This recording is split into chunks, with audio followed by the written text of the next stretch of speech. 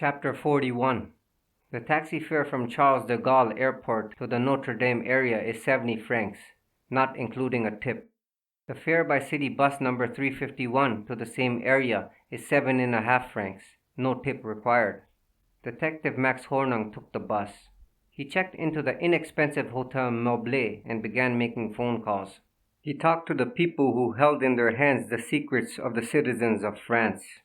The French were normally more suspicious than even the Swiss, but they were eager to cooperate with Max Hornung.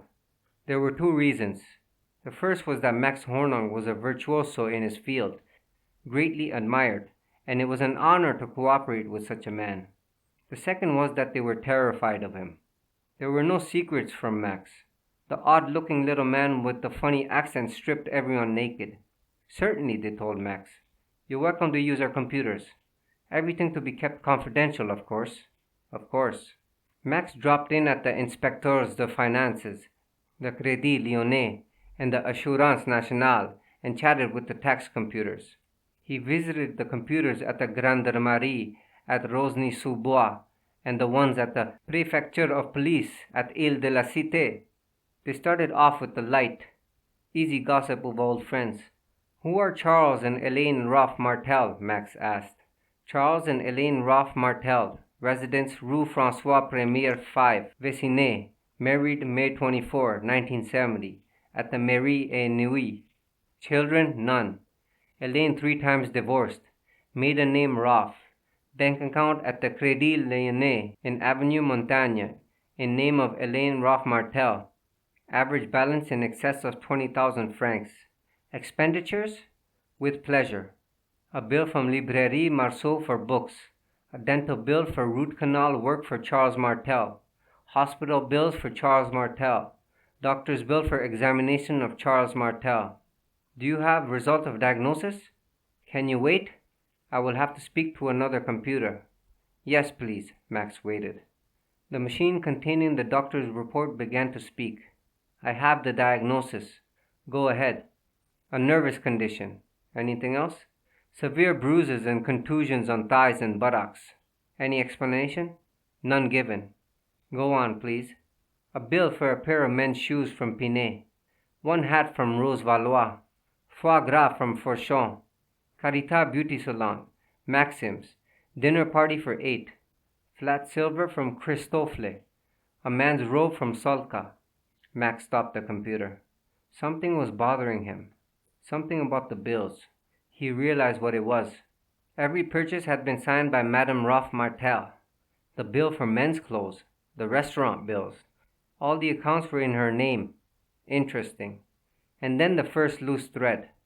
A company named Belle Pax had purchased a land tax stamp. One of the owners of Belle Pax was named Charles Deceit. Charles Desaint's social security number was the same as Charles Martel's. Concealment. Tell me about Belle Pax, Max said.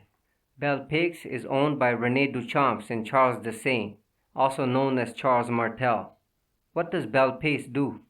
It owns a vineyard. How much is the company capitalized at? 4 million francs. Where did Charles Martel get his share of the money? From chez mes tantes. The house of your aunt? Sorry, a French slang expression. The proper name is Crédit Municipal. Is the vineyard profitable? No, it failed. Max needed more. He kept talking to his friends, probing, cajoling, demanding. It was the insurance computer that confided to Max that there was a warning on file of a possible insurance fraud. Max felt something delicious stir within him. Tell me about it, he said. And they talked, like two women gossiping back and forth over the Monday wash. When Max was through, he went to see a jeweler named Pierre Richaud. In 30 minutes, Max knew to a franc how much of Hélène Roffe-Martel's jewelry had been duplicated. It came to just over 2 million francs, the amount Charles Martel had invested in the vineyard. So Charles Desaint Martel had been desperate enough to steal his wife's jewelry. What other acts of desperation had he committed? There was one other entry that interested Max. It might be of little significance, but Max methodically filed it away in his mind. It was a bill for the purchase of 1 pair of mountain climbing boots. It gave Max pause, because mountain climbing did not fit in with his image of Charles Martel Desaint. a man who was so dominated by his wife that he was allowed no charge accounts of his own and had no bank account in his name, and was forced to steal in order to make an investment. No, Max could not visualize Charles Martel challenging a mountain. Max went back to his computers. The bill you showed me yesterday from Tim Ware Sports Shop.